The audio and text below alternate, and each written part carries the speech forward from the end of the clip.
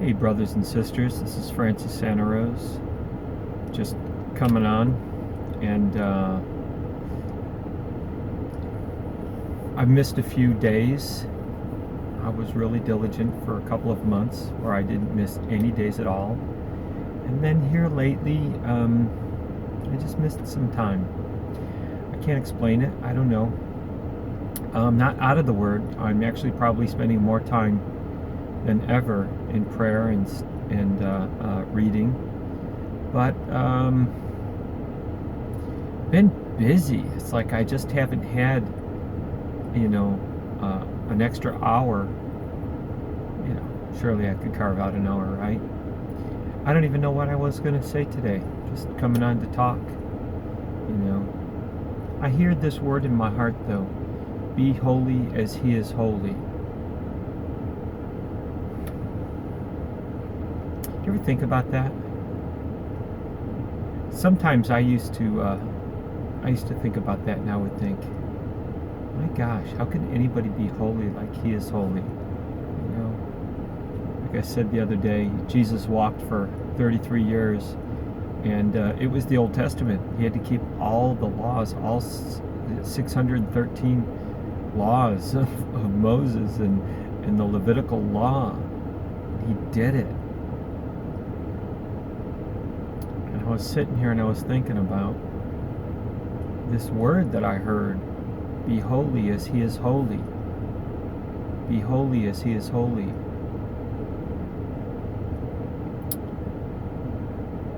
And I thought about it like this.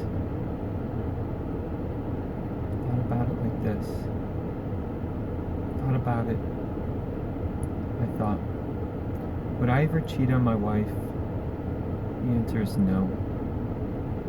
Absolutely not. I remember one time when I was young and handsome, my wife used to say there were a lot of mothers would join the school with their kids. There'd be a lot of attractive women that would join, and my wife would be constantly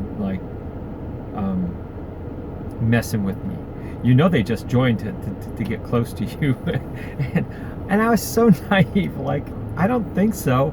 I mean, I truly did not believe that. I didn't think like that at all. And oh, my son's here, hold on. All right, well, so I just met my son in his business, and now I'm heading off to work. So I don't even know where I was. Oh, yeah. I was going to tell you a story. I think I was going to tell you a story about my wife and me and teaching. I've got to move the camera. Hold on, I have to move the camera because it's right in the middle. Okay, that's better. Now I can see and drive. So, we used to have these women that would come and join the school, and my wife would always tell me, they're just coming for you. I didn't believe her, because I wasn't like that. I wasn't full of myself. I promise you, I wasn't full of myself. And by then I was saved, and filled with the Holy Spirit. And I really wasn't full of myself then.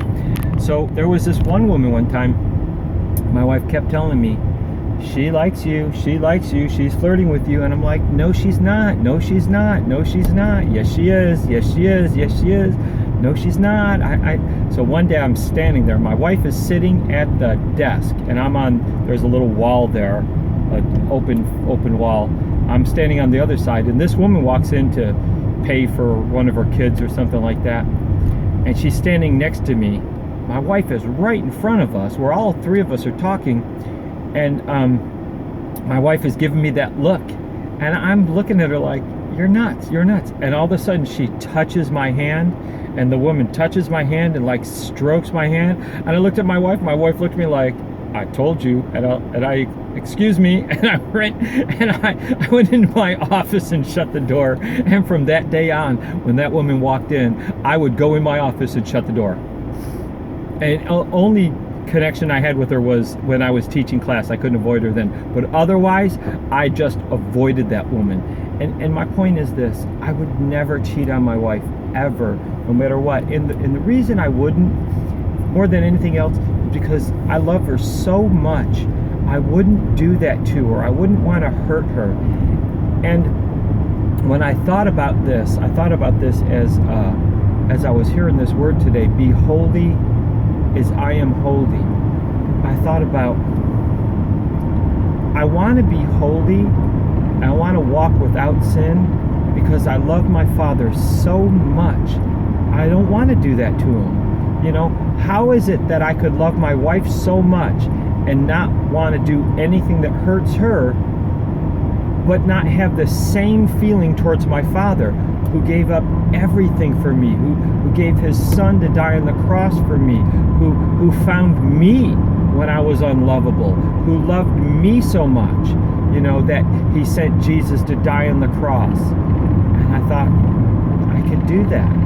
I can do that. So it was a goal of mine to be holy as my Father is holy. You know, nobody's perfect. You know, I've lost my cool. I've lost my temper. I've said things that I didn't, you know, that I'd like to have back. But for the most part, I like to try and think about, you know, if it's something that I know is not cool with my daddy, I don't want to do it more than for no other reason other than I wouldn't want to disappoint my daddy. Like I wouldn't want to disappoint my wife. I don't want to disappoint my daddy. So today I was just in the Word and I was thinking about that scripture that says, be holy as I am holy. And you know what? It's possible. It's possible. A lot of people say it's not possible, but it is possible. I think it's possible to do. Not that we're perfect, but it's possible to be holy as our Father is holy. I mean, we truly love the Father. There's just no reason we're gonna willfully sin. I mean, except for the fact that maybe we don't really love him like we say we do. So I guess it comes down to this. Do we really love the Father?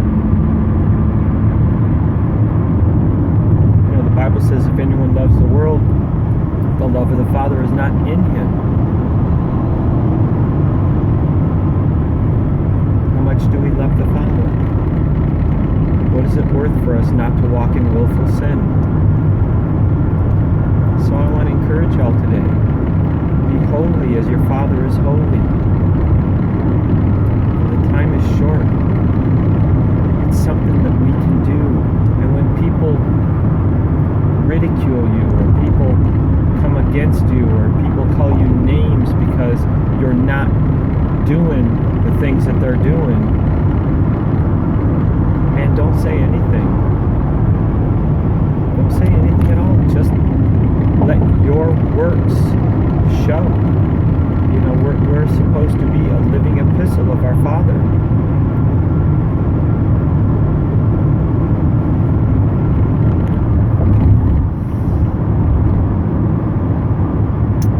We are children of the Most High God. You know, when I think about the way Jesus walked around, he was so full of joy.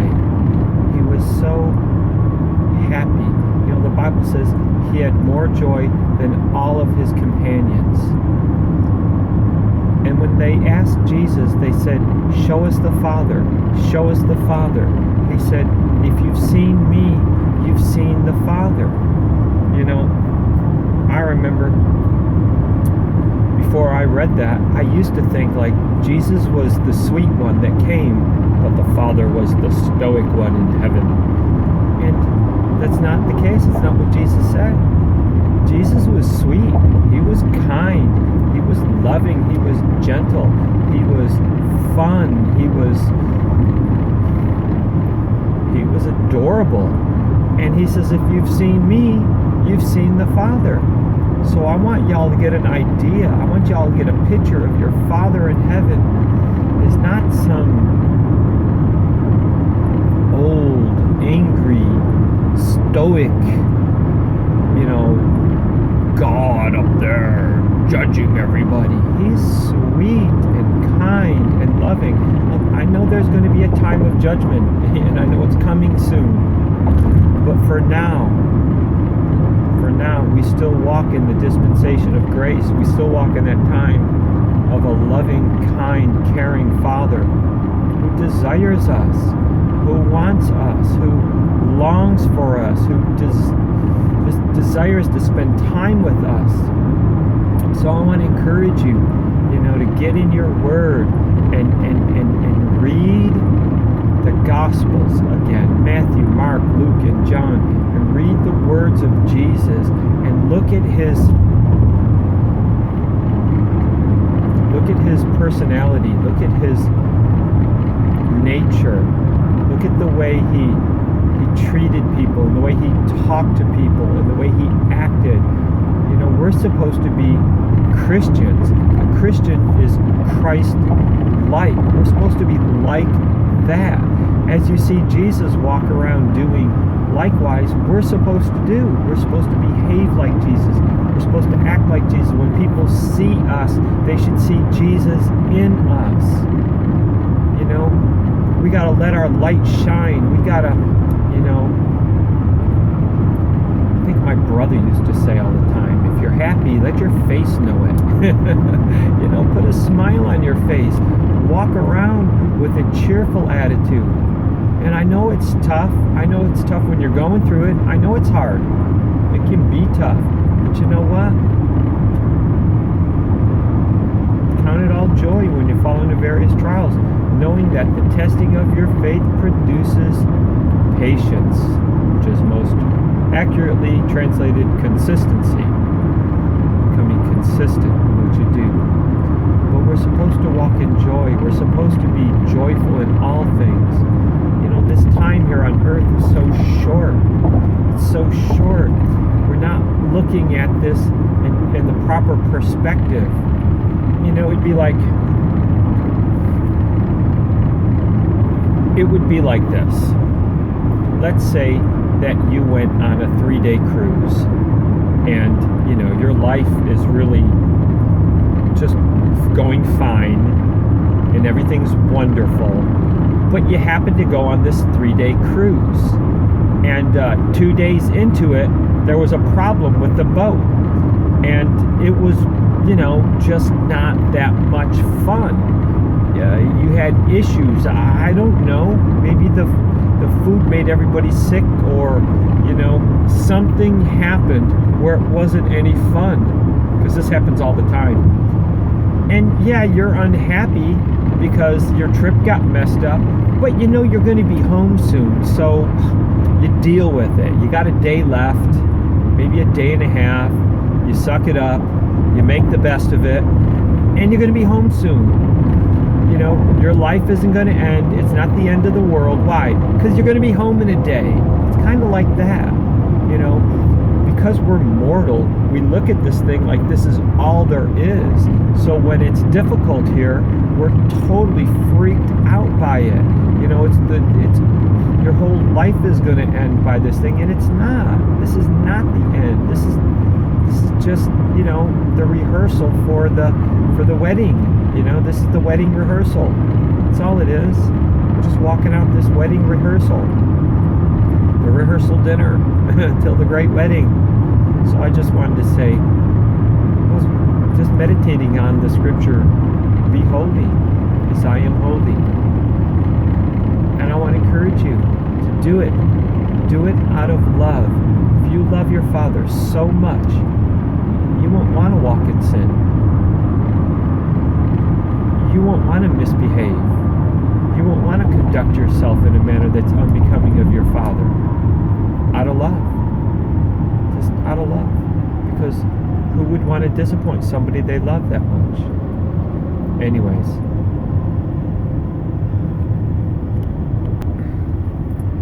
So I got a little joke. And let me see. Hey, I'm only at 14 minutes. I haven't done a 14-minute video in I don't know how long.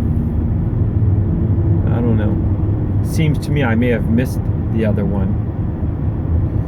I don't know. I was doing a video and then I paused it and I started it back up, and it looks like I may have canceled it out. I don't know. But anyways, I've got a funny joke, and I'm just going to talk to y'all because I haven't talked to anyone in a while. I've been working really hard and just been isolated. So this is therapy for me. I'll just pretend like I'm talking to somebody. Hi guys. So there was this family from the foothills of Tennessee. It was a father and his wife and their 2 kids, a daughter and a son.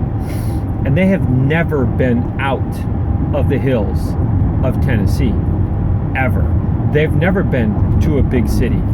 They have only been around hillbillies, and only a few of those, because there wasn't any people within, hundreds of miles of them where they were. They were up in the mountains of Tennessee.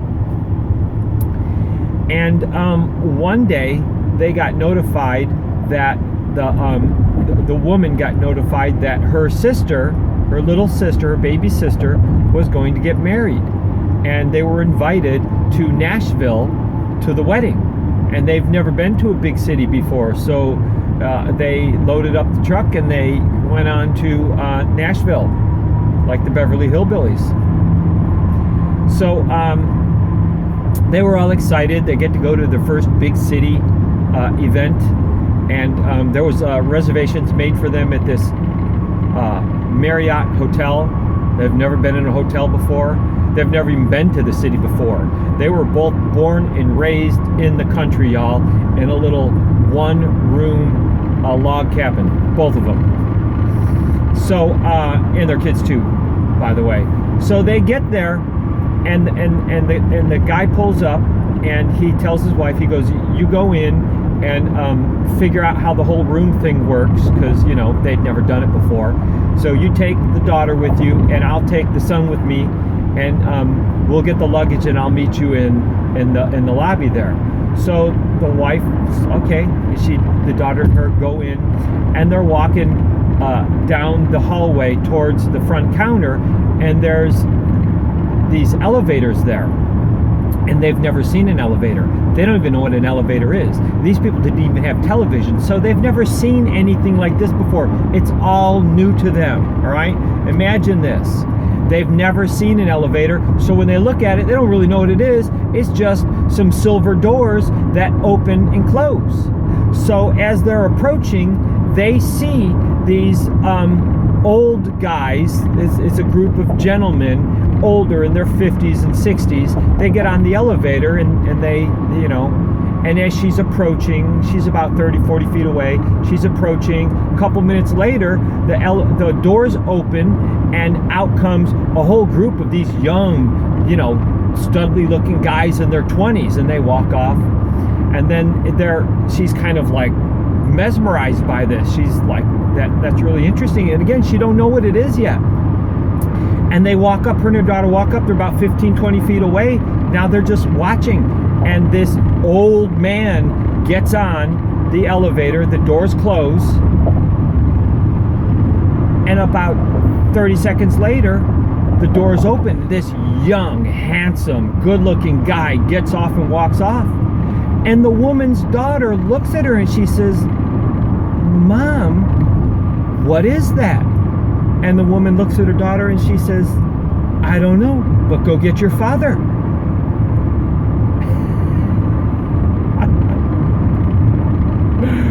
Just saying. I'll talk to you later, guys. I'll talk to you later.